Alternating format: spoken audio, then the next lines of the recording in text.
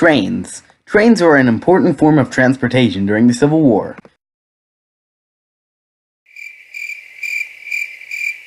To add some much-needed enthusiasm to this video, we will be playing some elevator music to induce chill vibes, as the kids say.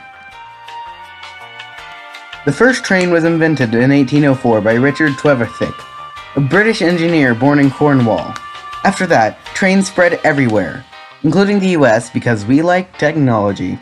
America, over the next many years, added many miles of tracks. The North had over 30,000 miles of tracks laid down, while the South only had about half that. In the 1850s, the intensity of the North and South skyrocketed. On April 12, 1861, the Confederacy blew up a shell above Fort Sumter, starting the Civil War.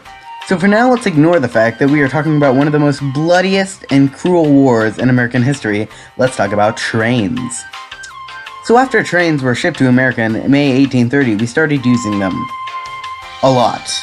So we already learned that there was 30,000 miles of tracks in the North, but only about 15,000 in the South. How did this affect both sides, you may ask?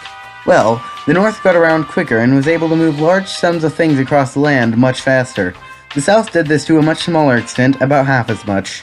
The North had more technology in general and had all the factories, so the South needed to buy things from the North to be able to live better than someone in the 1500s. However, once the Civil War broke out, the North stopped selling their stuff to the South. The South started buying things from Europe, however, and the North blockaded any ports the South had, so they wouldn't get food, supplies, or anything, really. The war continued for a few years into a new event with trains. This event was Sherman's March to the Sea. This event was led by William Tecumseh Sherman himself. In summary, Sherman and his soldiers marched down the country until they found the sea. They burned down houses, crops, freed slaves, and destroyed railroad tracks. The last one sounds a lot less devastating, but that would be anything but right. By destroying railroad tracks, it shut down all transportation methods that the South had.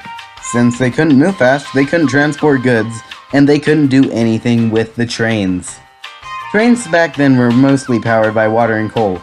They used steam engines, which uses coal to start a fire, which boils the water, which makes steam.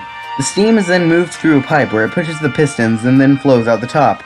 Think of it like shaking a soda so hard it pushes out the can.